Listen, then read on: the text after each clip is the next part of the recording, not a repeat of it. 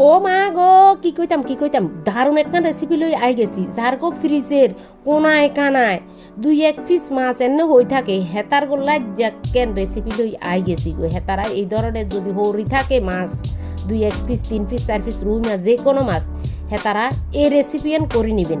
একদম ঘরে থাকা উপকরণ দি, ঘরে দুয়ারের উপকরণ দি একবারে বানালাইতেন হারবেন। বিশেষ করে আমার যারা মা হতে চলেছেন, নতুনত্ব মা হতে চলেছেন, তাদের জন্য। বাবুরে বাবু দুগা ভাত খাইতে পারে না, নতুন নতুন কি যে অবস্থা, বমি বমি ও ও মা গো, কি কইতাম। তাছাড়া যারা বাবা হইতে চলেছেন তারা কি আর করে যাবেন না, তারাও কিছু করতে পারতেন না, তারা দুগা ভাত খাইতে পারবেন টেনশনে। কেন কি বুয়োর টেনশনে ভাত খাইতে পারে না, তারাও এই ধরনের রেসিপি করলে ভাত খাইতে পারবে। কথা বাড়াইতেন, অনেক কথা কই আর দেখতে থাকুন আজকে কি হতে চলেছে। দেখার সাথে সাথে সেই কামান্ড করে দিবেন, কথা বাড়াইতে দিন বাবুরে বাবু ছাই থাকেন।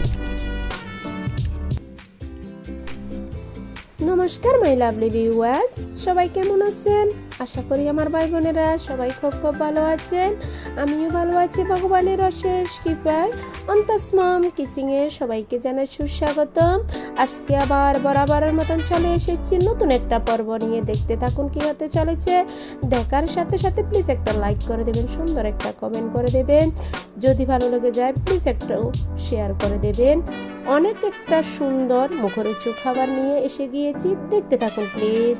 এটার আগে বলে রাখি, যারা আমার চ্যানেলে নতুন এসেছেন প্লিজ আমার চ্যানেলটা সাবস্ক্রাইব করে দেবেন, পাশে থাকা বেল আইকনটি টিপে দেবেন। সর্বপ্রথমে এখানে দেখতে পাচ্ছেন আমি 4 পিস রুই মাছ নিয়েছি, দেখতে পাচ্ছেন। যাদের ফ্রিজে অনেকদিন পুরানো মাছ থেকে যাবে 2-1 পিস 3-4 পিস, সেই মাছগুলা দিয়ে এভাবে একটা রেসিপি করবেন। এবার দেখুন আমি মাছগুলা খুব ভালোভাবে ছোট ছোট আকারে কেটে নেব। দেখতে পাচ্ছেন এখানে ফেটি নিয়েছি আমি রুই মাছের, আর একটা উপরে ফিটের মাছ নিয়েছি, দেখতে পাচ্ছেন। খুব ভালোভাবে ছোট ছোট করে আমি টুকরো করে নেব। দেখতে পাচ্ছেন টুকরো করা আমার হয়ে গিয়েছে। ধুয়ে পরিষ্কার করে একেবারে এক সাইডে রেখে দেব। দেখতে পাচ্ছেন আমার হয়ে গিয়েছে।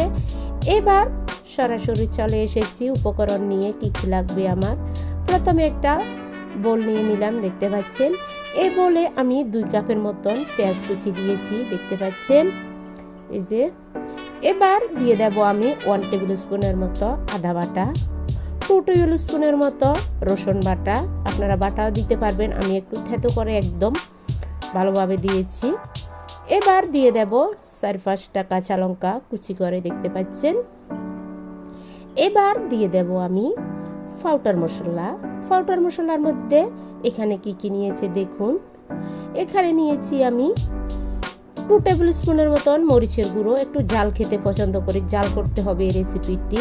1 টেবিল স্পুন হলুদের গুঁড়ো, 1 টেবিল স্পুন জিরের গুঁড়ো, 1 টেবিল স্পুন ধনের গুঁড়ো, স্বাদ অনুযায়ী লবণ, দেখতে পাচ্ছেন দিয়ে দিয়েছি। এবার দিয়ে দেব আমি বড় সাইজের একটা টমেটো কুচি করে, দেখতে পাচ্ছেন। এবার আমি এই উপকরণগুলো হাত দিয়ে ভালোভাবে একদম কষলিয়ে ম্যারিনেট করে নেব।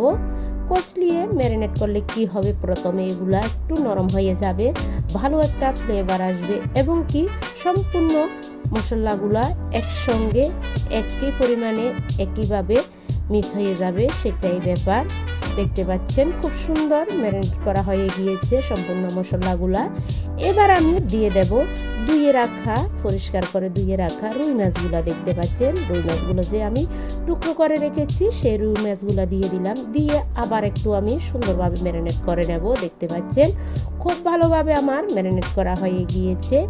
এবার এই পর্যায়ে আমি দিয়ে দেব এখানে 4 টেবিল স্পুনের মতো সরিষার তেল, দেখতে পাচ্ছেন। সরিষার তেল দিয়ে দিলাম আমি। সরিষার তেলগুলো দিয়ে খুব ভালোভাবে আমি আবার ম্যারিনেট করব। ধাপে ধাপে দিতে হবে, কিন্তু সম্পূর্ণ একসাথে দিলে কি হয় ফ্লেভারটা ভালো আসবে না, সেই জন্য আমি ধাপে ধাপে দিচ্ছি।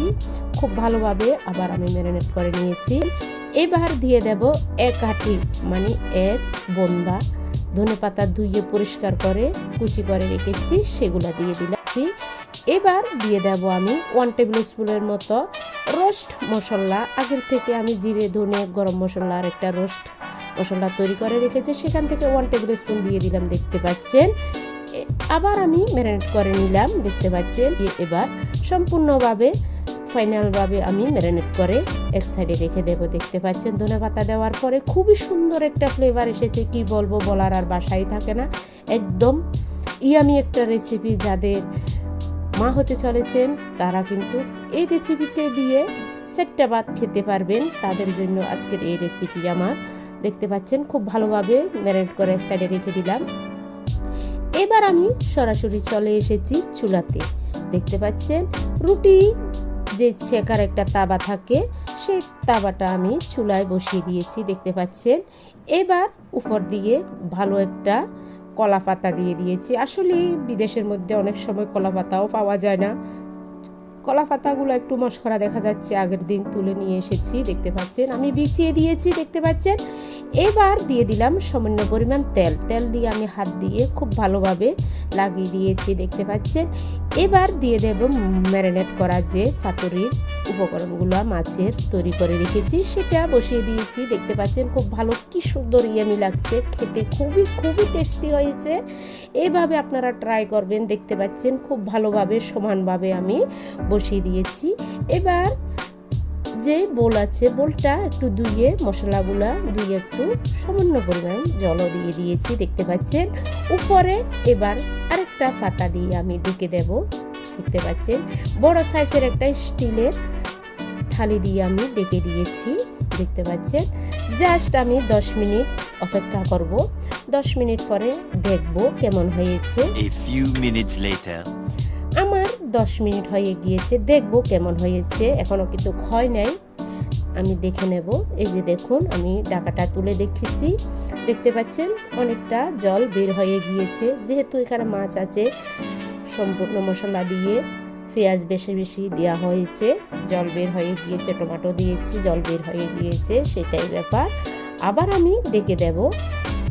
দেখতে পাচ্ছেন এবার 5 মিনিট অপেক্ষা করব। 5 মিনিট পরে আবার এসে দেখব 5 মিনিট আমার হয়ে গিয়েছে।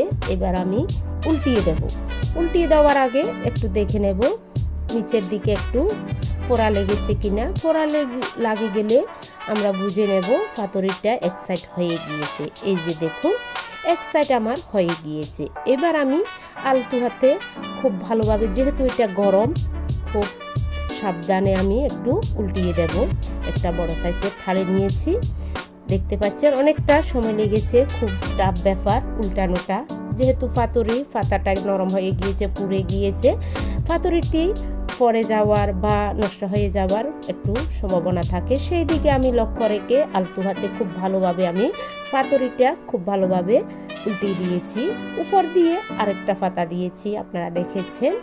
এই যে দেখুন খুব সুন্দর নিচের পাতাটা একদম পুড়ে গিয়েছে। এবার দেখুন কত সুন্দরভাবে আমি উল্টিয়ে দিয়েছি। আবার আমি 5 মিনিট অপেক্ষা করে নেব। পাতুরিটা যখন ভালো একটা ফ্লেভার আসবে, ফোড়া ফোড়া একটু ফ্লেভার আসবে, তখন আমি আমার পাতুরিটা নামিয়ে নেব। জাস্ট আবার আমি 2 থেকে 3 মিনিট অপেক্ষা করব।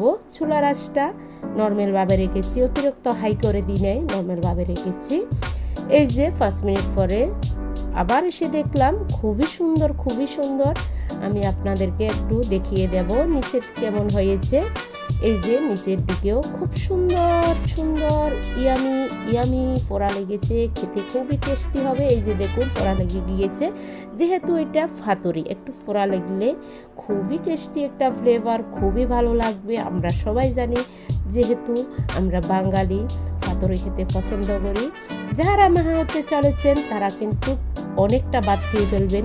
এই রেসিপিটি দিয়ে অনেকটা ভাত খেতে পারবেন। আমি একবারে 100% গ্যারান্টি দিয়ে বলতেছি, আমার পাতুরিটা একদম রেডি হয়ে গিয়েছে। এবার মেন লুকটা দেখেন কেমন হয়েছে। এই যে মেন লুকটা দেখুন আপনারা, খুবই খুবই খুবই ইয়ামি হয়েছে। এবার সামান্য পরিমাণ ভাত আমি খেয়ে দেখাবো ভাতের সাথে, কত যে গরম গরম ভাতের সাথে কত যে ইয়ামি হয়েছে। আপনারা দেখলে বুঝে যাবেন, ভাবতেও পারবেন না এমন একটা রেসিপি কেউ যদি বানাতে পারে।